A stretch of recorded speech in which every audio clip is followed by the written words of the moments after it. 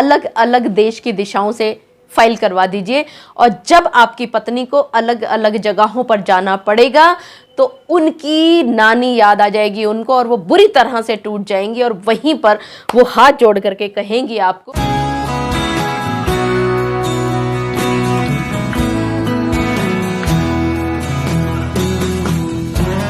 मेरे बहुत सारे सब्सक्राइबर्स मुझसे एक बात बार बार पूछते हैं कि उनकी पत्नियां उनके ऊपर झूठे सच्चे केस कर दिया करती हैं, उनको बहुत बुरी तरह से टॉर्चर करती हैं, उनको बहुत बुरी तरह से सताया करती हैं, और उनकी पत्नियों का इस प्रेशर को डालने का सिर्फ और सिर्फ एक ही कारण होता है कि कैसे आपको ज़्यादा से ज़्यादा सताया जा सके, ताकि आप ज़्यादा से ज़्यादा सेटलमेंट पर जल्दी से आ सके।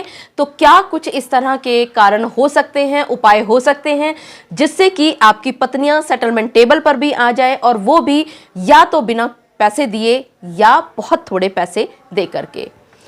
मैं एडवोकेट मोहिनी मोना आप सभी का पुनः स्वागत करती हूं, और आप सभी देख रहे हैं आप सभी का पसंदीदा चैनल मोहिनी मोना एडवोकेट।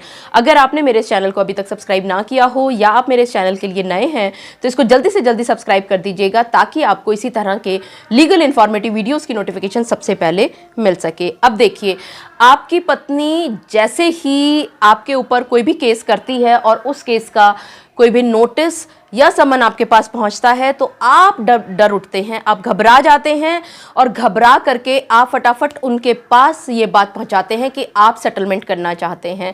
जैसे ही आपकी ये बात उन तक पहुंचती है कि आप सेटलमेंट करना चाहते हैं, क्योंकि आपको ये लगता है कि सारे के सारे जो कानून है वो लड़कियों के फेवर में है। हालांकि ये बात सच ज़रूर है कि कानून लड़कियों के फेवर में ज़रूर है, लेकिन अगर आप सावधानी से उन्हीं कानूनों में अपने फेवर की कुछ चीज़ें निकाल लो, तो वही कानून आपके फेवर में भी हो सकते हैं।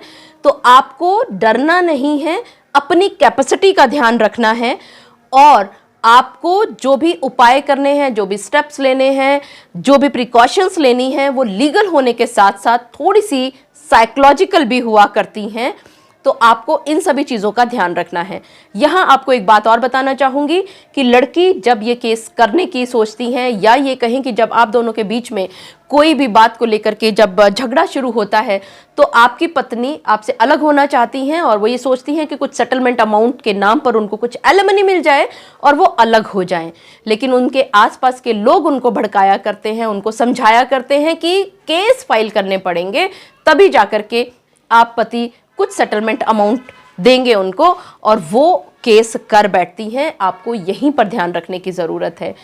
आपको पेशेंस नहीं खोना है, आपको ये ध्यान रखना है, ये सोच लेना है, समझ लेना है कि कोर्ट के अंदर कोई भी काम जल्दबाजी का नहीं होता। आपकी जल्दबाजी करने से कुछ भी नहीं होगा। अगर आप जल्दबाजी करोगे या सेटलमेंट के लिए उसके पास बातें पहुंचाओगे या कुछ भी स्टेप्स लोगे, उसका कुछ भी नहीं होगा। कानून का अपना एक तरीका है जो थोड़ा स्लो है, लेकिन आप शांत रहें, पेशेंस नहीं खोना है आपने। अब आती हूं मैं उन मेन मुद्दों पर या उन मेन टिप्स पर कि वो कौन कौन से टिप्स हैं जिनका अगर आप प्रयोग करें तो आपकी पत्नी सेटलमेंट टेबल पर भी पहुंचे, और वो भी या तो बिना कुछ पैसा लिए या बिल्कुल थोड़ा सा पैसा लिए। सबसे पहला जो टिप है, टाइम। अब ये जो समय है ये बहुत कीमती और बहुत बलवान हुआ करता है। आपकी पत्नी जब कोई भी केस फाइल करती है कोर्ट में, तो उनके वकील साहब उनको बताया करते हैं कि कैसे चुटकियों में वो उनके ससुराल के सभी लोगों को जेल में भी करवाएंगे, वो चुटकियों में मेंटेनेंस भी उनको दिलवाएंगे, वो ये भी कर देंगे और वो भी कर देंगे।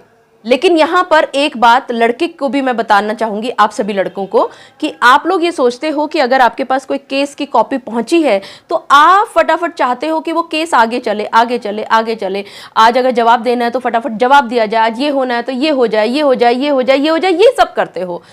आपको ये सोचने की ज़रूरत है कि ये केस आपने नहीं फाइल किया है, यहाँ पर आपकी पत्नी ने फाइल किया है, और आपकी पत्नी को रिलीफ चाहिए, आपको कोई रिलीफ नहीं चाहिए, आप तो सिर्फ डिफेंस कर रहे हैं। अगर आप अपने केस को खींचोगे और आपकी पत्नी को जब ये नज़र आएगा कि कहाँ तो वो कितने सब्जबाग देख करके आई थी कि इस डेट पर ये हो जाएगा और इस डेट पर वो हो जाएगा, जब वो सब नहीं हो पा रहा है, सिर्फ डेट पे डेट मिल रही हैं, तो उनका मनोबल बहुत बुरी तरह से टूटेगा। और जैसे ही उनका मनोबल टूटा, आप वहीं पर 25% अपने केस को जीत गए और वो हार गई। तो आपका पहला मकसद यही रहना चाहिए, ये बहुत साइकोलॉजिकल इफेक्ट डालेगा आपकी पत्नी पर कि आपको टाइम मैनेजमेंट करना है, आपको अपना टाइम खींचना है और उसका मनोबल तोड़ना है। दूसरा इंपॉर्टेंट टिप है कि आप उनके ऊपर केस करें। अमूमन ज़्यादातर हमने ये देखा है कि पति इंतज़ार करते रहते हैं कि उनकी पत्नियां उनके ऊपर केस फाइल करें और आप फिर सबूत इकट्ठा करें और फिर डिफेंड करते हुए अपने केसेस को घूमें। आपको डिफेंसिव मोड में नहीं बल्कि आपको अटैकिंग मोड में आना है। आपकी पत्नी के भाई, माता पिता, बहन, चाचा चाची, मामा मामी इत्यादि लोग आपके साथ गाली गलौज करते हैं, आपके साथ बदसलूकी करते हैं, मार पिटाई करते हैं, डराते हैं, धमकाते हैं, आपको जान से मारने के षड्यंत्र भी रचते हैं। इन सब चीज़ों को आराम से ना लीजिए, ऐसे ही मत छोड़िए उन लोगों को। आप भी उनके खिलाफ ये केस करते चलिए। अगर आपकी पत्नी ये देखेंगी कि सिर्फ वो ही केस नहीं कर रहे हैं बल्कि उसके परिवार के सदस्यों को भी आप नहीं छोड़ रहे हैं, तो वहीं पर उनकी मनोबल टूटते हुए देर नहीं लगेगी और आपकी पत्नी का मनोबल भरभरा करके टूट जाएगा। और आप मानिए कि 25% और मनोबल टूट जाएगा तो आप 50% केस जीत चुके हैं और आपकी पत्नी 50% केस हार चुकी है। तीसरा इंपॉर्टेंट टिप, सभी पत्नियां अपने पतियों के ऊपर मेंटेनेंस यानी खर्चे का केस किया करते हैं और आप पति क्या करते हैं, आप जाते ही अपने आप को शरीफ दिखाते हुए या ये दिखाते हुए कि आपसे बढ़िया भला मानुष कोई इस संसार में पैदा ही नहीं हुआ, आप खुद जाकर के कोर्ट में कहना शुरू कर देते हैं कि आप इतना पैसा अपनी इच्छा से अपनी पत्नी को देना चाहते हैं और वहीं पर एड इंटरिम मेंटेनेंस आप पर बांध दिया जाता है और धीरे धीरे धीरे धीरे कुछ राशि आप पर बांध दी जाती है और आप हर महीने चुपचाप उनके अकाउंट में ट्रांसफ़र करते चले जाते हैं। आपको बता दूं, अगर आप ये ऐसा रवैया बना करके रखेंगे और शांति प्यार मोहब्बत से उनको पैसा देता रहेंगे तो आपकी पत्नी कभी भी सेटलमेंट टेबल पर नहीं आएगी, बल्कि उसको तो आराम से पैसा मिल रहा है और बाद में जो एलिमनी के नाम पर लेंगी वो अलग। तो आपने अपना रवैया यहीं पर चेंज करना है। मेंटेनेंस केस आते ही आपको कोर्ट में जाकर के उपस्थित नहीं होना है। आप कोशिश करें कि जब तक वारंट इश्यू ना हो तब तक आप कोर्ट में ना जाएं। इसके साथ साथ जब आप कोर्ट में जाते हैं तो आप क्यों नहीं इतने दिनों से आ पाए, इसके लिए आपके पास जस्टिफाइड रीज़न होना चाहिए। यानी अगर वाकई में कोई कारण है ये सब करने का तो आप कर सकते हैं, वरना गलती से भी मत कीजिएगा, केस उल्टा पड़ सकता है। अब आप जब केस में पहुंचते हैं तो आप जज साहब को जस्टिफाइड रीज़न बताएं कि जो जज साहब ने ऑर्डर किया है इतना पैसा बांधने का, जो कि आपके पीछे से एक्स पार्टी ऑर्डर किया जा चुका है, वो आप नहीं दे सकते क्योंकि आपकी आमदनी जितना बीवी आपकी दिखा रही है उतनी नहीं है, लेकिन असल में इतनी है। इसके साथ साथ आपकी रिस्पॉन्सिबिलिटीज़ आपके माता पिता के लिए, आपके छोटे भाई बहन के लिए, अगर आपके पास बच्चे हैं तो उनके लिए भी है, वो भी खड़ी हुई है। और उस रिस्पॉन्सिबिलिटी को ख़त्म करने के बाद आपके पास इतना पैसा नहीं बचता कि जो जज साहब ने बांधा है उतना आप दे सके। इसके साथ साथ आप एक काम और भी कर सकते हैं कि अगर आपको ऐसी स्थिति आ ही जाए कि आपको पैसा देने की ही बात आ जाए तो आप थोड़ा थोड़ा करके दीजिए और कोर्ट इस बात को मानता है, कोर्ट इस बात को समझता है कि हाँ ये जस्टिफाइड रीज़न है। अगर किसी व्यक्ति के पास पैसा नहीं है तो वो एक साथ नहीं दे सकता और इसी चीज़ का फ़ायदा आपने उठाना है। 1 महीना आपने दे दिया, 3 महीने आपने नहीं दिया, तो जो आपकी पत्नी को सब जवाब दिखाए गए थे कि उनको हर महीने मोटा अमाउंट मिलने वाला है वो नहीं मिलेगा। और जब वो नहीं मिलेगा, बल्कि आपकी पत्नी ने ये मेंटेनेंस केस फाइल करने के लिए अपने वकील साहब को भी पैसे दिए, इसके अलावा कोर्ट के भी खर्चे हो रहे हैं, तो उनका मनोबल बुरी तरह से टूटेगा। और मान लेते हैं कि 25% और उनका मनोबल टूट गया तो आप 75% केस जीत चुके हैं। लेकिन यहाँ पर आने से पहले अभी तक आपने अपनी तरफ से अपनी पत्नी के पास सेटलमेंट की बात बिल्कुल भी नहीं पहुंचाई है, क्योंकि अगर आप सेटलमेंट की बात पहुंचाएंगे तो उनका मुंह चौड़ा हो सकता है, बड़ा हो सकता है, वो मोटा अमाउंट मांग सकती हैं। तो अब 75% आप केस जीत चुके हैं। चौथा बहुत महत्वपूर्ण आपको टिप देने जा रही हूं केस आपकी पत्नी चाहे कुछ भी करे, आप दिल से दुखी कितने ही क्यों ना हो, असल में आप दुखी कितने ही क्यों ना हो, आप खुश रहेंगे, मस्त रहेंगे। आप कोर्ट में इस तरह से केस जाकर के डेट को भुगत के आएंगे कि जैसे कुछ हुआ ही नहीं। आपका दुखी चेहरा किसी भी हालत में आपकी पत्नी के सामने नहीं आना चाहिए। जहां आपकी पत्नी ये देखेंगी कि वो तो ये कोशिश कर रही थी कि आपको तोड़ेंगी, लेकिन आप टूटने की बजाय आपको कोई फर्क नहीं पड़ रहा है, आप मस्त-मौला आदमी हो, आप तो अभी भी खुश मिजाज आदमी हो, मजा ले रहे हो, कोर्ट में आ रहे हो, जा रहे हो, आपके ऊपर किसी चीज़ का कोई असर नहीं हो रहा है, आपको कभी उन्होंने दुखी नहीं देखा, वहीं वो डाउन होना शुरू हो जाएंगी। उनका दुखी चेहरा अब आपको देखने को मिलेगा और जैसे ही उनका दुखी चेहरा सामने आ जाएगा तो आपके मज़े लग जाएंगे। और एक बात और बता दूं, झूठा केस करना बहुत आसान है, झूठे स्टोरी लाइन लिखना बहुत आसान है, झूठी गवाहियां देना बहुत आसान है, लेकिन उनको साबित करना उतना ही मुश्किल है। और क्योंकि आपने टाइम गेन किया, आपने जल्दबाजी नहीं की, आपने धीरे धीरे हर स्टेप को चलने दिया और आपकी पत्नी अब केस साबित भी नहीं कर पा रही हैं, जज साहब से डांट अलग पड़ रही है और ऊपर से आप खुश हो रहे हैं, मस्त हो रहे हैं, आपका कोई दुख उनको नज़र नहीं आ रहा है, तो वो बुरी तरह से टूट जाएंगी। और यहाँ पर हो सकता है कि वो आपके पास सेटलमेंट की बात को पहुँचाए अपने वकील साहब के माध्यम से।